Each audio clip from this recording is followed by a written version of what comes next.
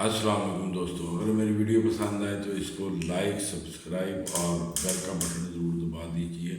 आज मैं एक टॉपिक पे बात करने लगा हूँ। एक कूंज नामी एक परिंदा होता है। ये इनके डार के डार मतलब ये झुंड में उड़ते हैं। ये साइबेरिया में रहते हैं। साइबेरिया से प्रवास करते हैं जब वहाँ सर्दी शुरू होती है, तो ये हमारे इलाकों में आ जाते हैं, पाकिस्तान, बांग्लादेश और इंडिया। तो ये इन इलाकों में आकर, जैसे ये हमारे सिंध के इलाके हैं और इसी तरह मैदानी इलाकों में आकर ये रहते हैं। और ज़्यादातर जो है ये स्वात वाली साइड पे और ये स्कंदू वाली साइड पे भी डेरे लगा लेते हैं।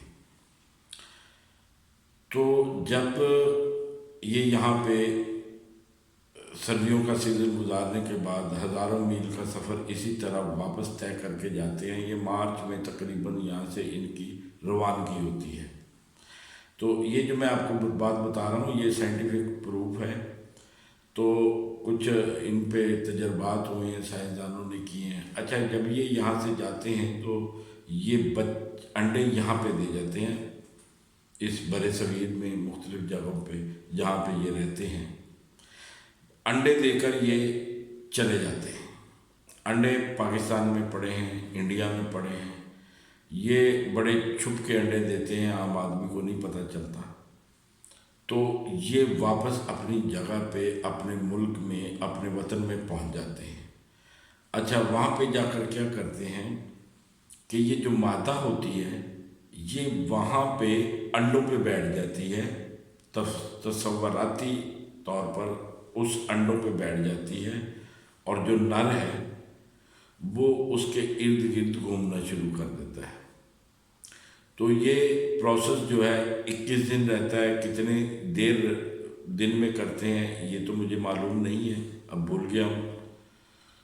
अच्छा, 21 दिन बाद उनके अंडों से बच्चे इधर निकल आते हैं, जबकि ये प्रोसेस वहाँ पे कर रहे हैं।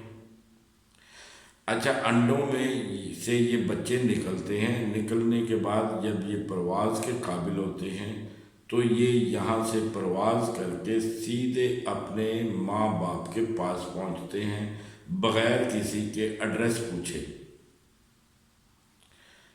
तो गलती से अगर किसी और कूंज का बच्चा उनमें शामिल हो जाए तो ये जाते ही उसके माँ बाप उस बच्चे को मार देते हैं।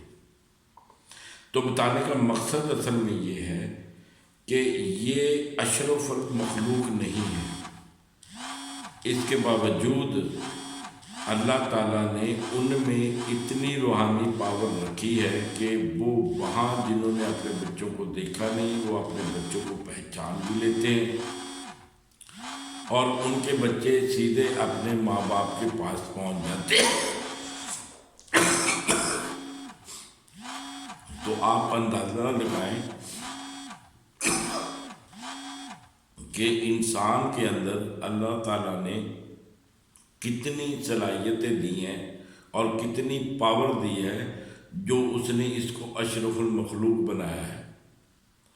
ये जो लोग कहते हैं कि अक्सर सुना है कि नहीं ये वो नहीं हो सकता, ये फलां नहीं हो सकता, कौन कोई कैसे कर सकता है। तो अगर परिंदे में इतनी रूहानी पावर है तो इंसान में कितनी पावर होगी। अगर वो इंसान का बच्चा बन के और मेरे आकाए दो आलम में कितनी ताकत होगी। ये जो कहते हैं कि वो इस दुनिया में नहीं रहे, वो कुछ नहीं कर सकते, तो मेरी अर्ज़ ये है कि एक आदमी जब मर जाता है तो लोगों में ख्वाब में आके वो सारी बातें बता देता है। ये सब मतलब मानते हैं कि वो आ गया है। तो कहते हैं ये जो इल्हाम होना ये नबूवत का 40वां हिस्सा है।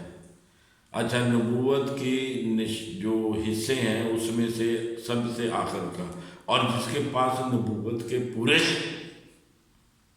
पूरे हिस्से मौजूद हैं तो क्या वो अगर एक मुर्दा वहाँ से आप लोगों के पास आ सकता है जिसके पास 40واں حصہ ہو، تو کیا جس کے پاس سارے ہی حصے موجود ہیں کیا وہ نہیں آ سکتا؟